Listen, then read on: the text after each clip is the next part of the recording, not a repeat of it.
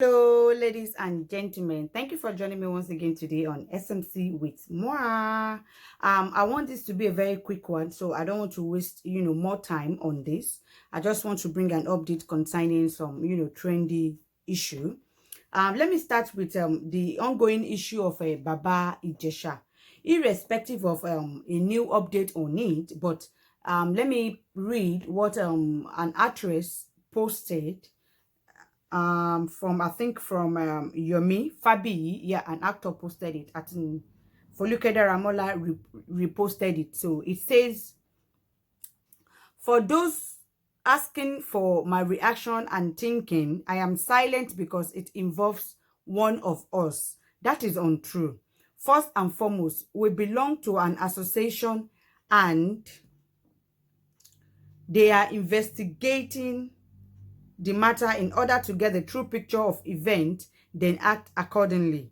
We are careful as individuals not to also comment because the police statement, a CCTV footage was mentioned, the content not yet made public or seen by the representative of our association or any close colleagues, to the best of my knowledge. The suspect has not been heard from directly or his representative, etc. Lest we forget, may hurriedly condemned Babasuwe on the drug issue due to the style of reportage.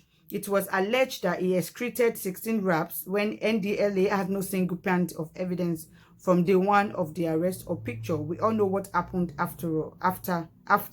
For many to cover up their giraffes, some consoled themselves with narrative that he used jazz. Some said he used connection, etc. All this cannot help a society of ours. I hate to see innocent masses, fight behind half-baked information or charades. The foundation of such society suffers. It rains horrible, uncivilized children and youth. So,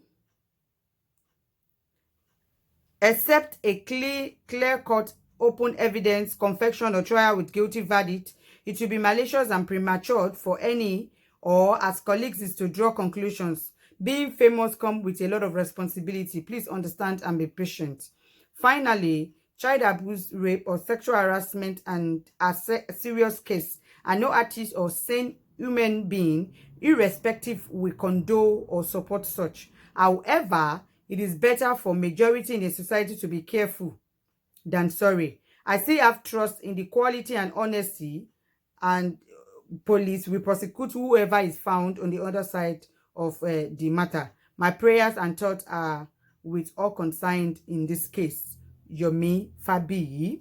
That is a statement from Yomi Fabi concerning the ongoing issue of Baba Ijesha. Now, moving on from there, there's a recent development in some questions that is being raised, and this says this. Sorry, I want to read that. Okay. On the case of this actor, comedian Baba Ijesha, child molestation, Pamela Udoka writes, this piece of information is quite shocking. Seeing the girl and her celebrity mom just left my psychological clinic a few hours prior to the news breaking on social media on Thursday. Let me just clarify some issues for the sake of the minor involved. I hope you heard that. Let me repeat that one line there. This piece of information is quite shocking. Seeing the girl and a celebrity mom. Like I'm just pointing that part for us because there's some questions raised in that aspect. Now, moving on. He first sexually molested her on 2 occasions when she was 7. It was when she started being questioned because of some changes in her behavior that she let out what this uncle, in coma, had done to her. She was not serially, tussy from that 7 years till she was 14. This young girl will read this news someday. Her mom had already seen it. Fast forward to last week when she is now 14. Her mom invited said uncle with the aim of confronting him with the said allegations. Mom had the presence of mind to have a professional company install a CCTV before his arrival. Everyone stepped out of the living room for one reason or the other, leaving the minor and the uncle. He wasted no time. He started engaging in very explicit, sexual expressions, including body contact, despite obvious lack of interest from and rejection by the minor. When it became obvious that he had very ulterior sexual motive, the other adults stepped back into the room. All this captured on camera. He initially denied his actions, both present and past. But when he was shown the evidence, he confessed. The rest, they say, is history. Uncle is in police custody, and it was the police PRO that shared the news of his arrest. Parents, be vigilant. So that is a post by Pamela Udoka. That is a recent development concerning the matter. So I just think I should share it with you guys. So, okay, and ki eba wa gbo si oro yen ke drop opinion yi. Moving on. Now, this is going to be the last time I am ẹ̀yin ọmọ Yorùbá ẹ kú oríire o. Ọba yín tí wọ́n mú ká tó jump sí yẹn, jẹ́ kí mi sáré sọ eléyìí ná.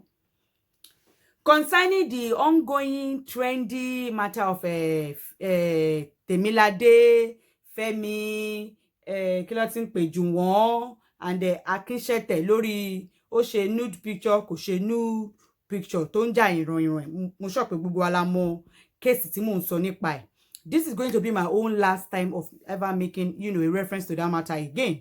Now, what I want to say is, first and foremost, I want to mo fẹ́ rọ gbogbo bloggers and gbogbo speakers, especially on Facebook, social media Facebook, ipe ẹ jẹ́ ká take it easy. Kò yẹ kí ọ̀rọ̀ yìí kó dá ìjàlẹ̀ àbí ìkùnsínú láàrin wa, nítorí wípé especially àwọn bloggers tó jẹ́ pé wọ́n ti mediate lórí ọ̀rọ̀ yìí. Basically, gbogbo yẹn ṣá mọ̀ wípé each and every one was just, based on pé àwọn people yìí rojọ́ fún wọn. Èmi ò bá any of them ò bá wọn sọ̀rọ̀. All of them contacted me, but I wasn't interested in speaking to any of them. Reason being that the very first blogger that brought the matter out said, these people lied to that blogger. Ọ̀tọ̀ ni nǹkan tó sọ fún ebi, ọ̀tọ̀ tẹ́ bá ti lọ ibòmíì tó máa tún play ohun wọn, ọ̀tọ̀ ni nǹkan tó sọ bẹ́ẹ̀. So nǹkan tó jẹ́ kí mi wà interested láti bá gbogbo wọn. I just told them I'm not interested to listen to them. I'm not just interested. So and that is it. Now, nǹkan tí èmi fẹ́ sọ ni wípé Akinsete ṣe, yes, ó yẹ kó jìyà ẹ̀ṣẹ̀. Ṣùgbọ́n ó dà pé à ń overlook ibì kan, ìyẹn Mr. Femi. Mr. Femi was the one that made us all think that Lade was probably dating the three men at the same time. And this is where I think so. Remember when Lade was with Mr. Akinsete in a house in Akure that Mr. Akinsete wants to spend the night? That Femi, he was chatting Femi up. You dated Femi. You and Femi are no more dating. You dated Juwon, but both of you are separated for over 6 months. Then Femi, a breakup. She broke up with Femi when she has met Mr. Akinsete and getting serious, because Femi was a married man. So they had no agreement that maybe they want to marry each other. It was just like friends with benefit kind of style. So when she met another relationship, she had to, let go. Serious, not tell. Now, she was with the man in a place. She was still chatting Femi. Why am I calling you? Why are you not picking call? Femi ni o. Why are you not picking call? Is it because you are with him? Is it because of this? Has he done this? Has he shaking it to see? Show the forward on dear. Show the forward on you. Show shagba. Show the shagbon. And she was replying him. Yeah, I'm coming over and I want to come and pick my boxers. I want to come and pick my kiniko. O debe, o gbalekun gbagbagba, o bẹ̀rẹ̀ sí ní fa wàhálà. I cannot allow you to marry him. I want to marry a second wife. Kiniko. Before you know it, this Femi and Mr. Akinsete was outside. They were gisting for over an hour. The lady was inside crying. Mr. Femi gisted with Akinsete. Ọlọ́run nìkan tó ló mọ̀ nǹkan táwọn méjèèjì jọ sọ yẹn. Ṣùgbọ́n whatever tó ń bá ọ̀rọ̀ wọn máa wọ̀ nítorí wípé Mr. Akinsete is married also with children. Femi is married with children. So mentality àbí IQ àwọn méjèèjì máa wà ní same level. ọ̀rọ̀ wọn lè wọ̀ whatever tó máa sọ. Mi ò lè imagine kí n fowó mi gba ilé mi kí ọkùnrin kan wá kó máa gbálẹ̀kùn kó bẹ̀rẹ̀ sí ní fa wàhálà ní ilé tí mo tó níyàwó tiẹ̀ lé tó bímọ sílé. Anyways, moving on. After all those incidents, I'm sure Ijesha Akinsete about her. She was dating this guy. One guy called kinikan. Igba o, ó lóyún o, ó ṣẹ́yún o, ṣebí kinikan, ṣebí igba, ṣebí àwò. Èmi mò ń fẹ́ tẹ́lẹ̀. Ó sọ pé òun fẹ́ mi mọ́. Kinikan. Whatever tó bá ti rojọ́ fún Akinsete. The next day, this Mr. Femi now went to look for the contact, or sorry, a Facebook. Well, he will know the Facebook of Juwon, the ex-boyfriend of Lade. Ex-boyfriend tí jẹ́ pé wọ́n àti Lade ò sí together tí wọ́n ti sọ̀rọ̀ for over 6 months tọ́n ti wà separated tó ní táwọn méjèèjì ti move on. Ó wá lọ Fẹ́mi wá lọ wá Facebook yẹn. Ó kún máa mọ Facebook tẹ́lẹ̀ tí pé fẹ̀kàn tẹ́lẹ̀ náà gbogbo nǹkan tó ń ṣẹlẹ̀ ní ayé Lade ni Lade ń rò fún Fẹ́mi. Ó wá lọ chat Juwon up. Èmi ni Fẹ́mi o. Mọ̀ mi bọ̀ mo mọ̀ yín o. Lade tẹ́ ń fẹ́ tẹ́lẹ̀ yẹn ìgbà kan ni o. Àwọn ọmọ mẹ́fà ló ń fẹ́ together o. Kinikan ìgbà o. Ìyẹn wá no wo believe. Ṣebọ́yún ere. Ṣebí punani elele. Ó send ẹ̀ sí pé ṣebọ́yún ele ló send. Femi is the first person that sent Iwowo Lade from one mobile phone number to another mobile phone number. Femi is the first person that did it. Yes, he is the first person that did it. Now, his action, I wonder why he went to now contact Juwon, an ex-boyfriend of Lade, ex-Sinio, to now be telling him about Lade. If Juwon was not in picture, would Femi would have gone to contact an ex-boyfriend of his current girlfriend? So, nǹkan yẹn ló jẹ́ kí àwọn èèyàn máa ní believe yẹn wípé definitely if Juwon was not in the picture, why would Femi go and contact Juwon? Ṣebí it is Mr. Akinsete that he met with her, not Juwon. So, why will he go and contact Juwon, an ex? If Juwon was not in picture. So, nǹkan tó jẹ́ káwọn èèyàn máa believe wípé Juwon was still in picture. She was still with Juwon. She was probably still dating Juwon. For Femi to go and contact Juwon. Meanwhile, Juwon wasn't dating her. They were, they were exes. They've moved on, separated, moved on. So why tó ṣe máa wá lọ contact ẹ láti wá máa sọ fún pé ó ṣe gbá oyún tó ṣe fún ẹ yẹn èmi gan èmi ní ọkàn mi mò ń believe pé nígbà tí ọmọ yẹn ní oyún mo sure wípé Femi yìí gan máa pẹ̀lú because Femi ti mọ̀ kó tó máa fẹ́ Juwon kó tó meet. She has been friends with Juwon, with Femi, sort of quote unquote, but they were not intimate. They were just friends. Before she met Juwon, before she met Akinsete, they were just friends. Mo sure wípé during the time that she was with Juwon, tó wà tí Juwon ríra tán bára wọn sùn lẹ́ẹ̀kan tó lóyún tó ti in fact ó ti lògùn gan kó tó sọ fún Juwon ní kó má ṣe oyún ó lọ ṣe oyún. Mo sure pé Femi gan máa pẹ̀lú àwọn tó máa push ẹ pé ó dẹ̀ lọ ṣe oyún yẹn nítorí pé òun gan ti mọ̀ kó òun fẹ́ date ẹ on a very good day. Ó lọ lórí fẹ́ lọ keep oyún yẹn tó bá ní kó filẹ̀ ńkọ́ ó ṣe máa filẹ̀ tó bá padà wálé kọ́ ẹni tó wálé tí ó fi ẹlẹ̀ tí ò lọ tó ti ẹ̀ pé ńgbà tó ń padà lọ kíní ẹ̀kan pé dédé ló ń bára wọn sùn. So báwo ni Femi yìí o tó níyàwó sí ilé tó ti bímọ o tó ní ìyàwó sí ilé tí ó ti bímọ ó wá lọ ń contact ex-boyfriend girlfriend ẹ̀ tí ò fẹ́ mọ́ nítorí pé ó wà jealous. So tó bá tẹ̀ wá jealous ṣebí Akinsete lóyún yẹ kó máa bá drag pé kó fi girlfriend òun lẹ̀ kó ṣe Juwon náà ṣebí Juwon ò fẹ́ mọ́ ìyẹn tí Juwon bá sí in picture bọ́n ṣe sọ o. So contacting Juwon shows that probably she's dating Juwon at the same time with Akinsete and the same time again still getting entangled with Femi. The whole matter ṣẹ́rí gbogbo ọ̀rọ̀ yẹn gan ó wà very it's a very toxic relationship. Basically, I don't understand how all of them basically got entangled together. Kò ṣe pé bóyá ọ̀rẹ́ mẹ́ta làwọn ọkùnrin mẹ́tẹ̀ẹ̀ta yìí kò ṣe pé bóyá ìlú kan náà gbogbo wọn ti wá kò ṣe pé bóyá agbègbè kan náà ni gbogbo wọn ni wọ́n ti wá how come tí gbogbo wọn ṣe wá get entangled láti máa múra wọn ìgan kò yé mi. And I still don't know why we are still dragging this issue to this extent. Mr. Akinsete àti Femi ló yẹ kí wọ́n jìyà. Not just Akinsete, Femi. Torí Femi go ní ọ̀dádá tó dá gbogbo kìíní sílẹ̀. tí Femi ò bá lọ máa contact Juwon later mi ò that was 2019 o. Tí Femi ò bá lọ contact Juwon mi ò fi pé Juwon máa sọ máa rò pé òun ní heartbreak pé òun fẹ́ lọ máa rojọ́ kan lórí TV station kan lórí blog site kan later in the future. This Femi was the first person to move to ṣe photo ẹ̀ to send ẹ̀. Àwọn èèyàn pè mí pé níbo ni ibo náà sọ pé Akinsete post picture yẹn sí Facebook name wọn àbí Instagram name kò kí n ṣe orí social media ló post ẹ̀ sí. Ó send ẹ̀ sí èèyàn kan tó ń pè ní Dorcas yìí gan Akinsete gan ti fẹ́ rí ó ti dóorí. Although WhatsApp náà tó send ẹ̀ sí WhatsApp náà social media ni. So ó ti send ẹ̀ sí social media náà nìyẹn.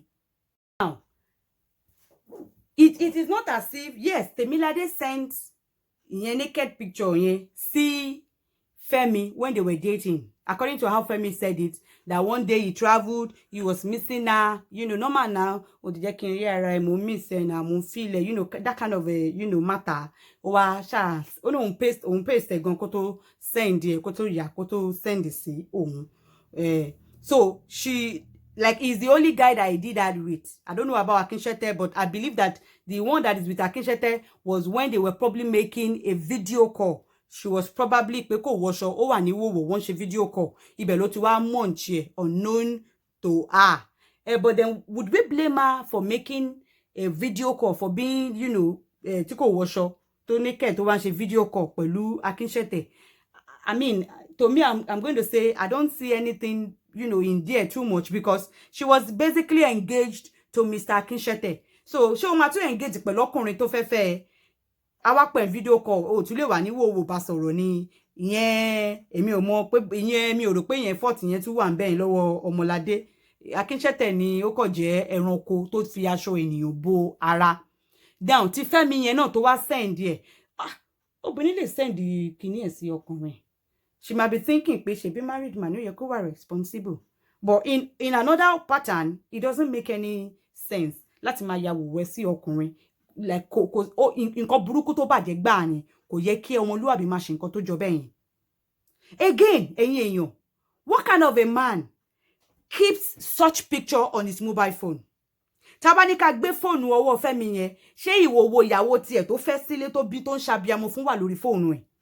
What kind of a married man would keep you like on yan àlè níta, ó tún wá gbójú gbéyàwó tún ní ìwòwò girlfriend yẹn ní orí fóònù ẹ̀? Tó tún wá gbójú gbéyàwó send ẹ̀ sí ex-boyfriend ọmọ yìí. What kind of a man is Femi? A married man. Tó wá ní ìwòwò obìnrin lórí fóònù ẹ̀. A married man. It is as bad that you are you are fornicating. Oyún àlè. It is as ìyẹn number one. Ó tún wá yan láyẹn to the extent wípé ó tún wá ń keep ìwòwò girlfriend yẹn sórí fóònù ẹ̀. Egbi ṣe rí Femi yìí gogogogo òun ló bá yí Ọmọládé jẹ́. Femi, Mr. Femi yìí òun gogogogo ni number one enemy tí Ládé ó yẹ kó gbé òkòkò sọ pa Femi ni. Ó yẹ kó lọ wá àwọn báàgì pure water trailer kan kó máa jù fún ni. Òun gogogogo ni eku ẹ̀dá tó dá gbogbo ìṣòro ayé ẹ̀ tó wà nínú ẹ̀ tó dálẹ̀. Femi is the genesis. Femi was the one that was greedy. He is a greedy person. Oníyàwó ẹ̀ sí ilé, ó wá ní wọ́n jealous, ó wá lọ contact ex-boyfriend ọmọ ẹ̀ tí wọ́n àti yín ò sí together mọ́. Ìyẹn tí ẹ bá ń sọ wípé Juwon sí in picture. Meanwhile, Juwon, how can somebody just chat me up and start telling me, maybe as a woman now, kíyàn kó chat at me pé, arẹwà o, you don't know me, but I know you. Ṣebí you dated kíní kan, for example, ṣebí you dated one kilotin pe we one Shola before that Shola, and then when you're dating him apota and fail kinikan igba o obìnrin kinikan loko ọkùnrin kinikan ló ń fẹ́ together o igba o kí mo wá sọ pé mi ò ma believe o wá ma send ṣebí people na ni ṣebí kini elele kini. Like, how can I even give attention to that extent? Why will I be interested with what is going on with my ex? Like, why will I give attention to that? Tí ma wá fún la ẹni attention ta ma rojọ́ ẹni tí mi mọ̀ rí tó kọ délé message mi. Ṣé bẹ́ẹ̀ náà ni IQ, èmi rí pé IQ Juwon àti Ládé igan same IQ lọ́jọ́ ní. Ṣé wá rí IQ Femi àti ti Akinsete same level ni wọ́n. How do one even give that much attention to listening to a complete stranger, gisting him or probably explaining or narrating something that has nothing to do with him about his ex-girlfriend? How are you having such interest in that? How are you interested in that? To give attention to it, to sit down to be listening to something that you have forgotten and to femo. What kind of a man does that? Ìyẹn ká ní wípé ò sí in picture ni o. That is, if truly he wasn't in the picture then, I don't think Femi will contact him, and I don't think Juwon will even give that much space to carry on with that such talk in the first place. Ṣòrí Femi yìí gan òun ni ó jẹ́ kí gbogbo ọ̀rọ̀ Ládé gan rí bó ṣe rí. Femi yìí gan ó yẹ kí wọ́n gbé Femi. Ó yẹ kí bí ìyà ṣe fẹ́ jẹ Akinsete, ó yẹ kí ìyà jẹ Femi náà. Ìyàwó ilé Femi ńkọ́. Ṣòrí bí ọkọ ẹ ṣe ń ṣe. Mo sure pé tá bá gba fóònù ẹ kò sí ìwòwe lórí fóònù ọkọ ẹ, ṣùgbọ́n kò ẹ gbójúgbéyàwó ní ìwòwe obìnrin girlfriend ẹ̀. Tó tún lọ ṣe kíni, tó tún wá ṣe, tó tún lọ ń jà, tó lọ ń bọ́kùnrin kan máa jà nítorí girlfriend tí wọ ìyàwó tó ń ṣàbíamọ fún dẹ̀ wà ní ilé. Ṣọ́kọ lélẹ̀ àbí nǹkan ìmí. Ṣé òun ṣe sọ̀rọ̀ ní lélẹ̀ báyìí? Ọkọ tó yẹ pé ó ń kóyàn síta bí ọmọ ọjọ́ mẹ́jọ. Kí ni ká ti gbọ́? Femi yìí bí Akinsete ṣe ń trend yìí, ó yẹ kí Femi náà trend pẹ̀lú ẹ̀. Femi ni genesis gbogbo wàhálà. Coming out to be saying he apologized because he apologized and we should all, okay, fine, let's forget about him. If you're going to say he apologized and we should forget about it, then we forget about the whole case. But you know, notwithstanding, I don't want this matter to now turn, you know, two bloggers here together, be one speaker, no, ko le to gbogbo ele. And one people want that àwọn owó kan fún Ládé. I don't get it. Me or more that part I don't understand. So I don't want to make emphasis on it because I don't know what the money is for. I don't know what it's like. That aspect I don't understand. That aspect is what I don't understand.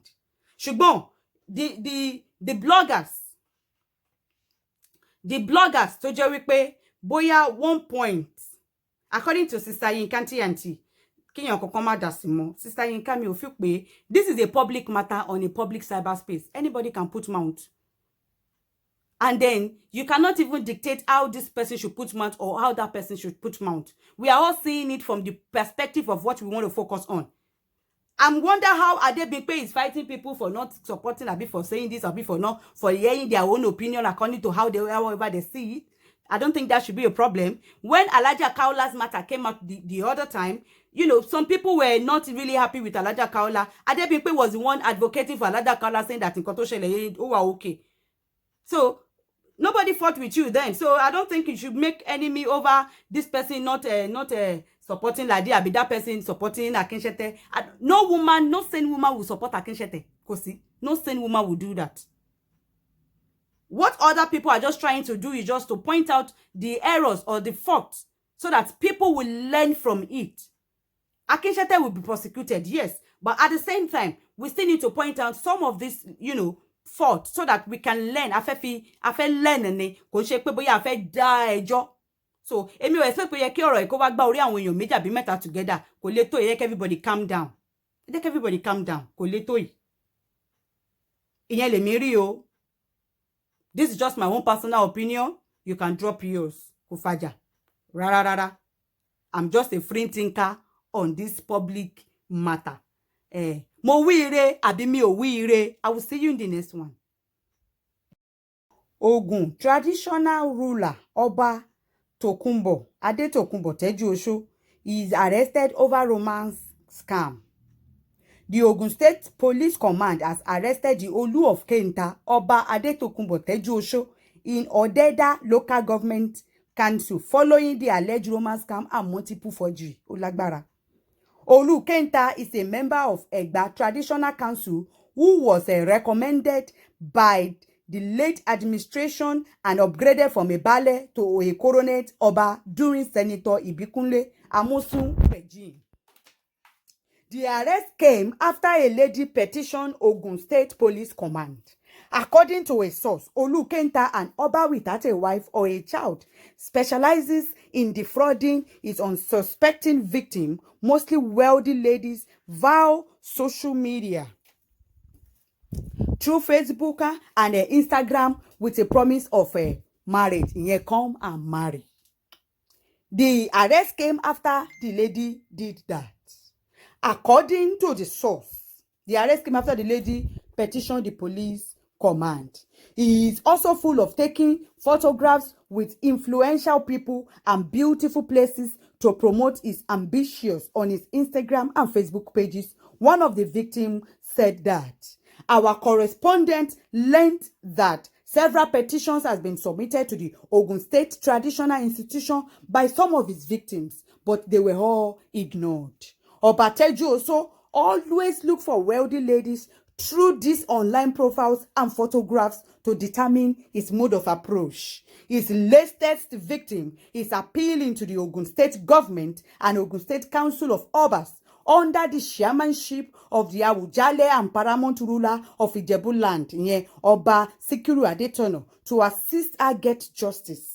It is discovered that the sacred traditional institution has become the final bus stop for fraudulent people because of a lack of integrity checks and balance by the government and traditional council before approval is given. Ìyẹn la rí gbọ́, ẹ rí pé kéèsì yẹn ní agbára gan, kéèsì yẹn lágbára gan.